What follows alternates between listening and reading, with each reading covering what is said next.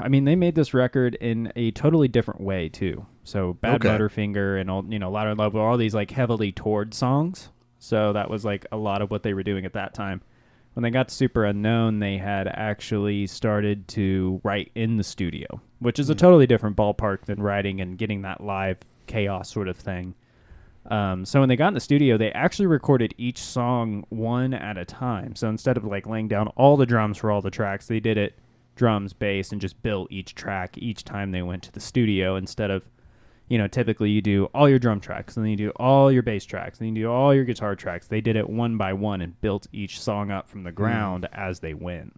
So that was different for them, and just trying out different song ideas. They're also very, very well known for their alternate tunings of guitar. I could see that. So they do, like, Day I Tried to Live and My Wave are an E-E-B-B-B-B tuning as the tuning. Why? Which sounds cool. If you Okay. get those tunings, they do sound super cool. Mm-hmm. And then Head Down and Half both use the tuning, which I fucking love. It's CGC-GGE is the tuning. So super crazy, and they're a lot of fun to mess around with, and just kind of your regular drop D. Fell on Black Days is in standard. Yeah. So yeah, it's pretty cool, and they fuck around with time signatures, and they never intend to. It always happens. Like they accidentally do. Yeah, they've always been like, I guess. Like Limo Wreck is played in 15/8. Yeah. Which is a really crazy time signature. So yeah, there's a lot of cool stuff on this record. I think the difference in sound from Bad Motorfinger to Superunknown is hefty for my listen, and it was only 2 years apart. Are there any songs off that previous album that I would recognize? Rusty Cage, Outshined. That sounds familiar, but yeah. I don't know. Jesus Christ Pose, Searching with My Good Eye Closed. Slaves and Bulldozers, that song rips.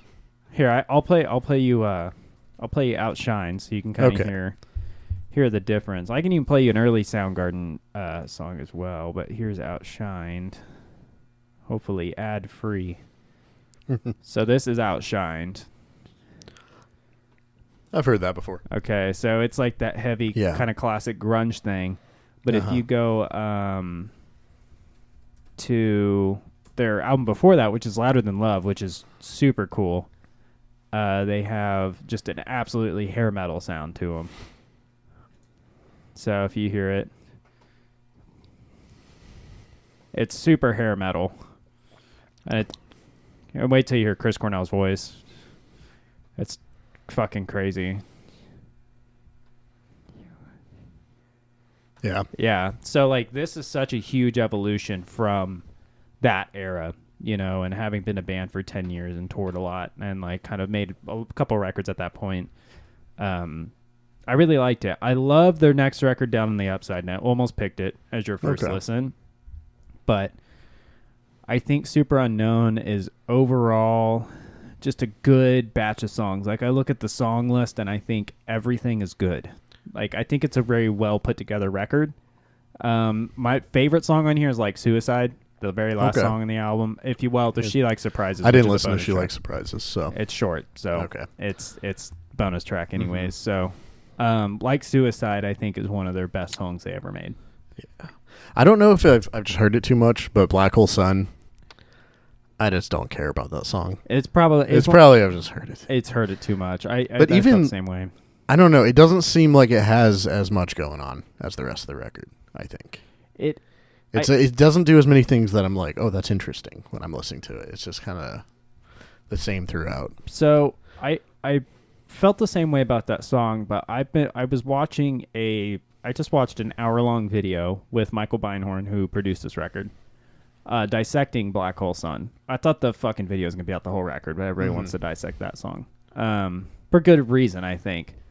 And it is a really fascinating song, how they recorded it, came up with it. Because at the time, Soundgarden you heard the other shit. They never made anything like that. And it's a very dark-themed sort of song to whole album be a hit. is, yeah. It is a dark album, for the most part. And I feel the same way I feel fatigued with like Spoon Man. Like Spoon Man's the one I'm like, I could do without that song on the record. Really, I love Spoon Man, but I think it's great. I had probably only heard it like twice before doing this. So because they had the actual, spoon guy from Seattle fucking do the thing. Yeah. There's actually video of that. I'll put a link in the description. That's of the him funniest part of that song is the spoons. Yeah. It's just like, because that song's totally about heroin, right? He says it's supposed to be about the spoon man. Sure, it's about heroin. He said it's about somebody he made up, too. Yeah. Is what I was reading. So, no, it's about heroin. But then just putting in just... like it's just man. Like...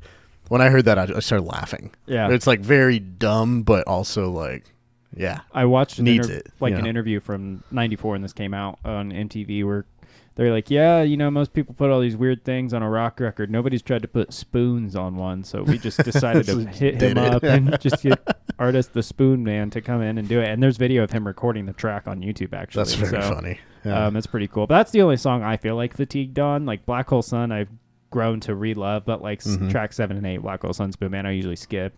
I love Head Down. Head Down, I think, is one of the cooler ones. Superunknown's really cool too. Superunknown's very cool as well. Let's talk about Mailman. Mailman, heavy.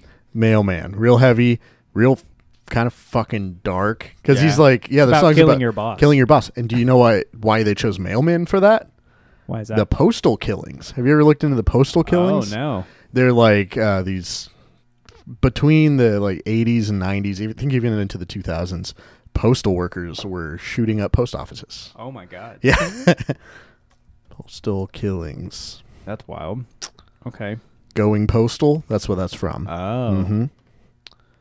Wow. Oh yeah, that happened in Australia, Canada, United States, Iran. Interesting. Holy shit. That was this last year. Oh. Damn. But yeah, if you go to the Wikipedia page, I don't really want to turn my camera, but it's just like a list of postal. Yeah, from killings. The first one in the U.S. was 1970. Wow. So, yeah, that's a wild one. Mailman's a heavy song. It's a heavy song. Also, with the amount of cowbell that's in that song, it should be called Milkman. You had that one locked and loaded. That was a good one. But I really like that song. Yeah. That was another one that like it just felt different to me. So yeah, because I like the heavier stuff. I think Limo Wreck's pretty heavy too. 4th of July, but 4th of July, yeah. When that down-tuned song. Yeah. Like, what's the tuning for that one? It's crazy. The tuning on that one is gonna be where can I find it? Because there's a good Premier Guitar rig rundown of Soundgarden from like 2014 or 15 or something, and they have a list of their tech with all their tunings, and it's fucking crazy. That's like, crazy. I think they do. It's like CFCGBE.